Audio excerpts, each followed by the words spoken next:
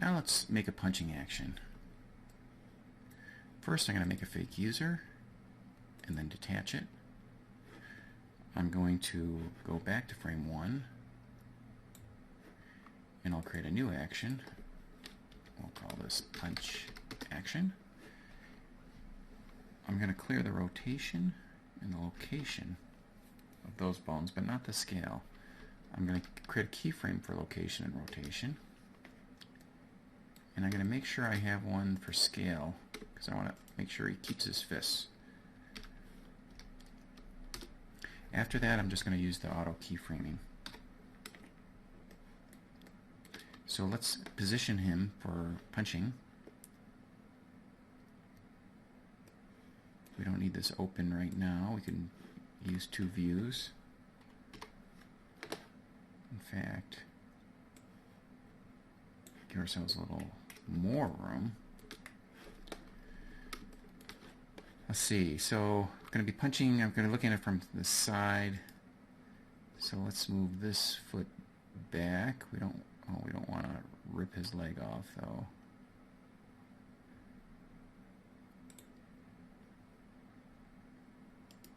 Let's bring him back in a nice crouching pose. I think he's about to whack someone. This is one case where I do like the widgets. I put them working on the local axis. That would hurt that there.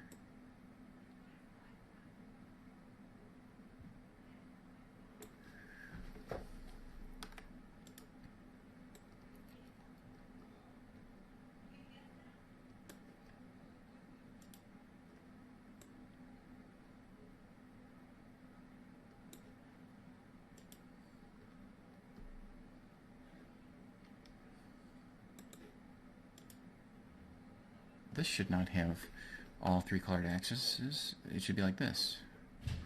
Let's see what's going on here. This is XYZ Euler, and this is quaternion. Love that word. Let's lock that.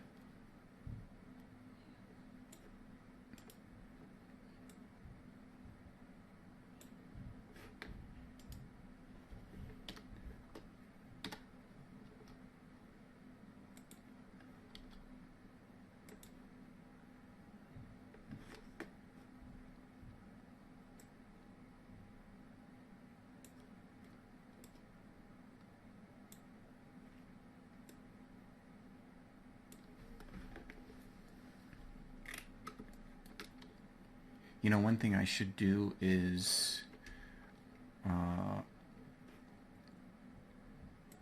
our bones layer, we should really have the hand bones visible.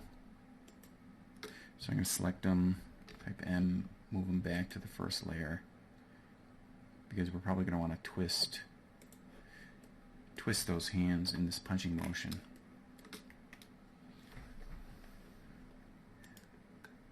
Have him leaning forward a little at the hips.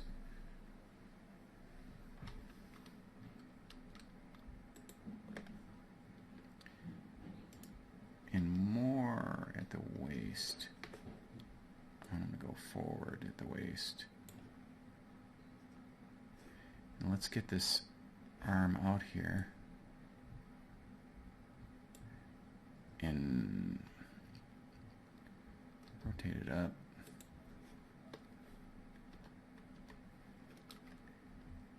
It's looking a little bit funny. His knees.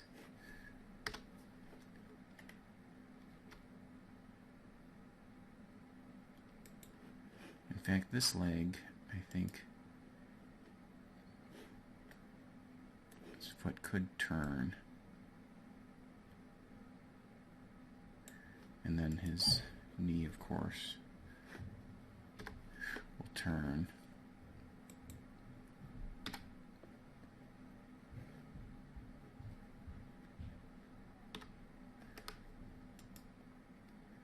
Like a pro. I'm going to turn the widgets on this window too.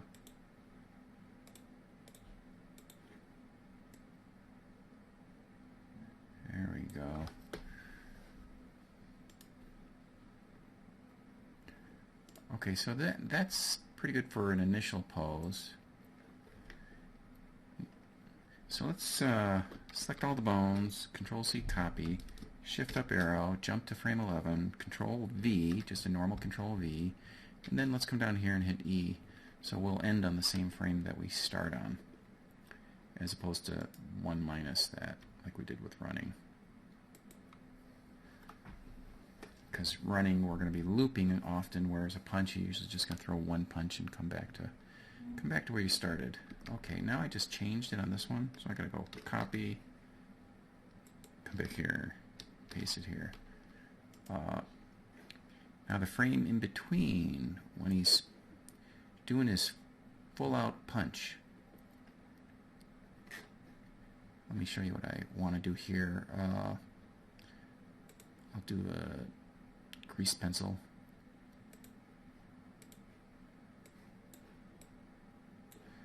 Hold D. I'm just going to drag this across. I want him to punch through like a dynamic line of action. So that's his target. So in order to do that, I think he's going to be coming forward.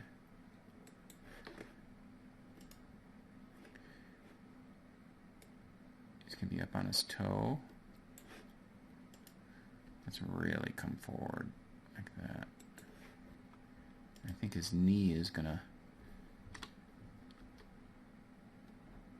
pivot in. Otherwise, that would kind of hurt, wouldn't it?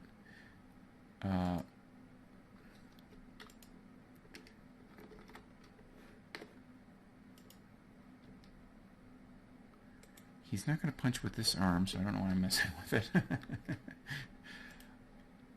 When he punches, his hips and his chest are going to twist like this.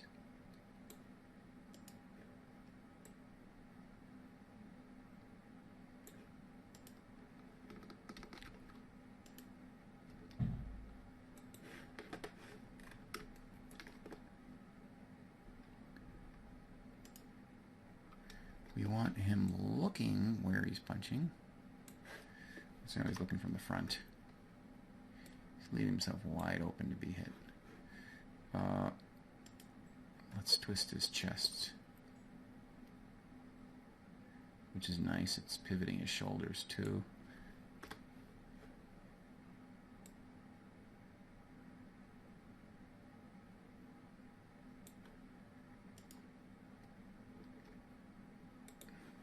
Let's turn his hand a small amount.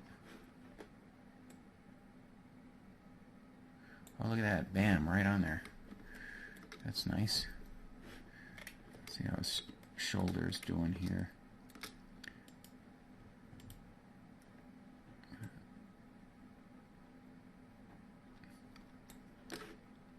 I'm trying to see if I can untwist it a small amount. Of course, if I had done that first, then I wouldn't have to do anything with my hand.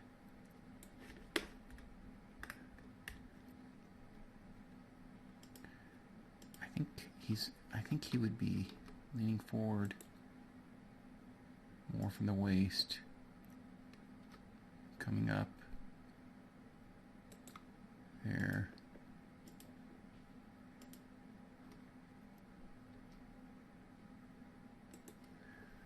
Bring his neck down.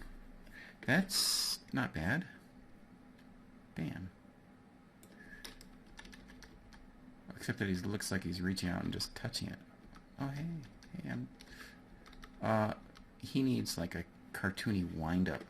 So what I'm going to do is select all of these, copy, move ahead 2 frames, paste, so we're back at the starting point again, and then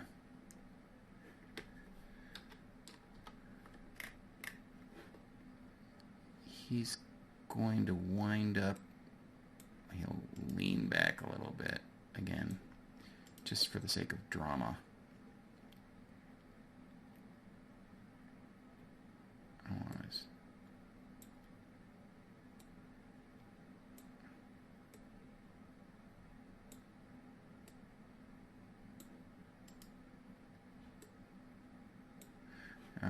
his elbows. We don't have to be that dramatic, so I'll bring that in. This could come in closer. How's that on frame 1?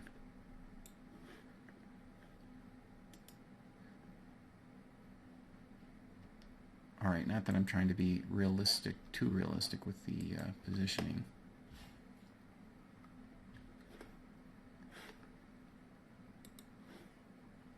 It's really just got to look like what you want. So let's see. I almost like him to move, change his center of gravity here, move back a little, not just leaning back. Just take and then thrust forward, and then he comes back. Let's hit the forward slash on your number pad. No, don't do that. Unless the mesh is selected, select the mesh, and then do that, and we can hide everything easily. Turn our widget off.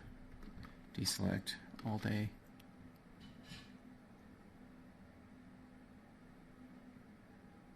It's pretty good. Let me just try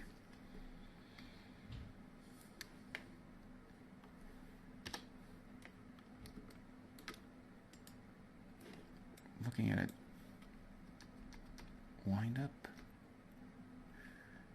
I think maybe let's go over to the dope sheet, the action editor. We can select this one. I'm just going to move that just for timing, just one over. So he's got a little bit more time in his punch.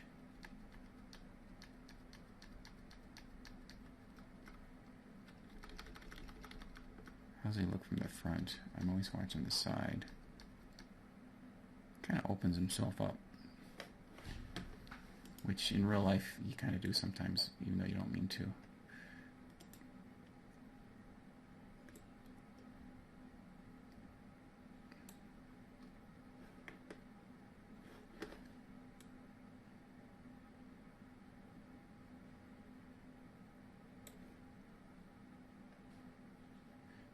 You know what? I'm going to raise his heel. Small amount there.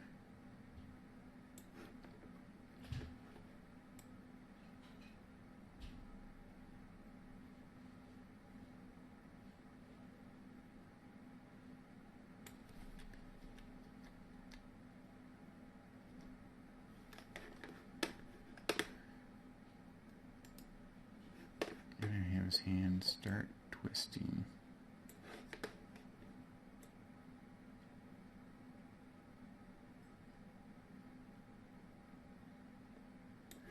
Cool. Let's save that.